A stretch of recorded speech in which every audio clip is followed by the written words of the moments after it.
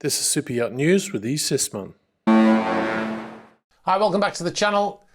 So the long-awaited part yacht, part research vessel Rev Ocean is back in the news, as the vessel will have to be extended before even being completed. So the project has been on hold for 2 years, whilst the issues with the vessel have been discussed and argued amongst the owner and the shipyard, with a plan to resolve agreeing on a plan to how to resolve the issues. Now, the research vessel won't be delivered now until 2025. That's a total of 8 years since the start of the project. Assuming it is delivered in 2025, that's 5 years after the yacht was supposed to have originally been delivered, which was 2020. Now, after the bare hull was completed in the Vard shipyard facility in Romania, the massive 183-metre partly completed vessel was towed by seagoing tugs to Norway, where the rest of the build was supposed to be completed. However, it was then discovered that the vessel had been built with too much weight, and this would cause stability issues. Now, because of this, the project has been stalled for 2 years after arguments between Rogue, the man who ordered the vessel, and the shipyard ensued. The disagreement centered around the cause of the problems, obviously, who was the cause of this miscalculation. Now, Rev Ocean apparently believes that the shipyard is mainly to blame for what has happened, according to sources. Now, we actually had quite a few people send us this story over the weekend, but in actual fact, we were the first ones to report on this story back in 2020, when the work was halted. However, the specific details were top secret at the time, as discussions were in progress. And we made a video in September 2020, which was episode 16 of Super Yacht News. This is episode 268 we're in right now. Now, in that episode, we discussed, without knowing any details, what might be happening. Here's a clip from that video. But the most likely reason to extend the vessel before completion is because of some flaw, most likely to do with stability.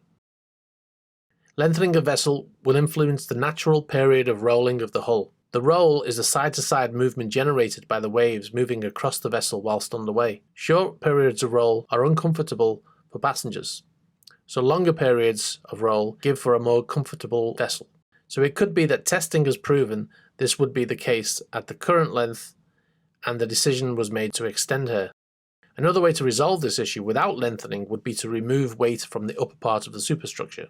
Now, this type of lengthening is not that uncommon on commercial ships, as you can see from this old footage of the cruise ship Norwegian Crown. It's one of my old ships, actually, being lengthened in 2008 when the vessel was sold to Fred Olsen Cruises.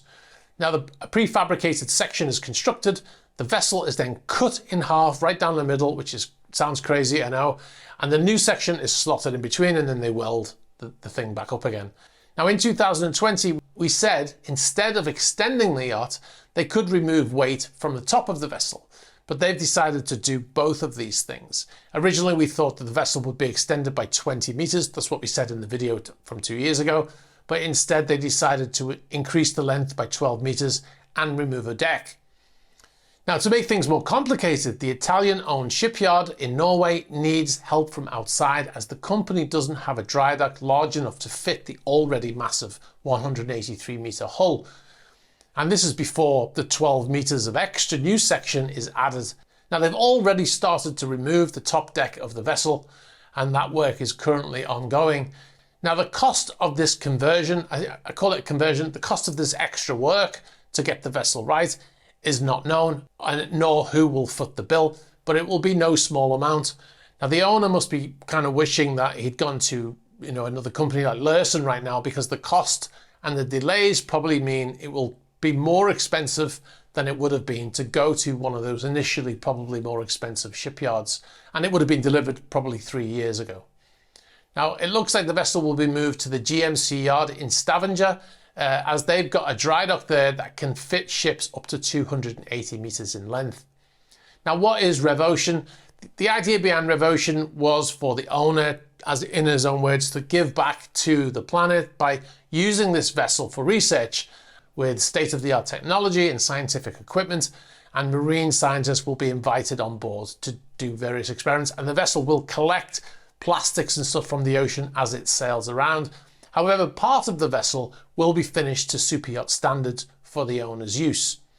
Now, the vessel is often referred to by other media as the largest superyacht in the world once built. However, the vessel will not be registered as a superyacht. It will be registered as a research vessel, so it won't be classed as a yacht, certainly not by us anyway. Okay, we'll move on to our next story now.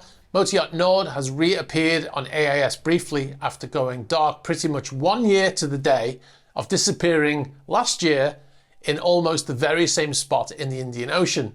The yacht popped back up on radar, so to speak, in the Gulf of Oman off the coast of Muscat on the 11th of November, and the yacht AIS had stopped broadcasting after the yacht left the Malacca Strait near Singapore, heading east on the 26th of October.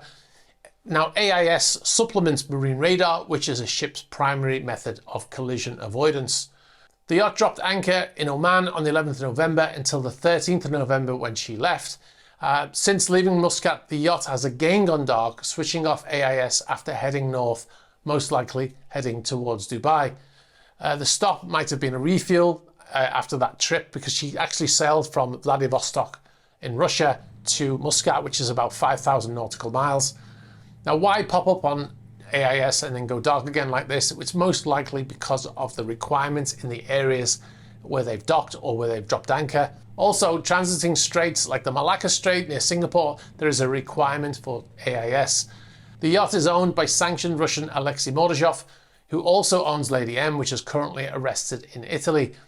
The Megayacht Nord travelled 1,700 nautical miles with no AIS broadcasting.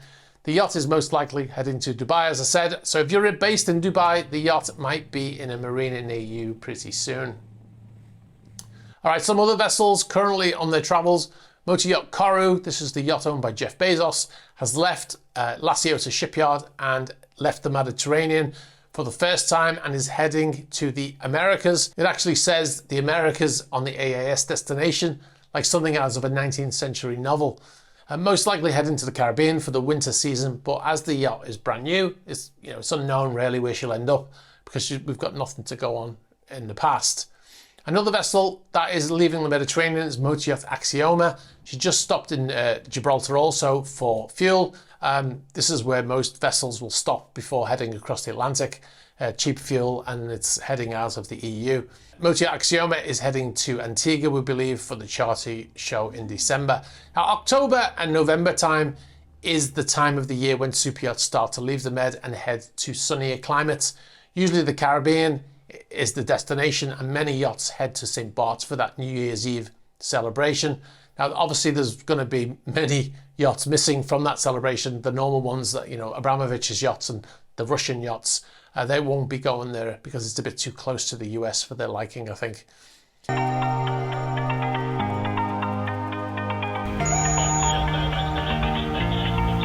What I'm going to be doing in this series of vlogs is recording the journey across the Atlantic.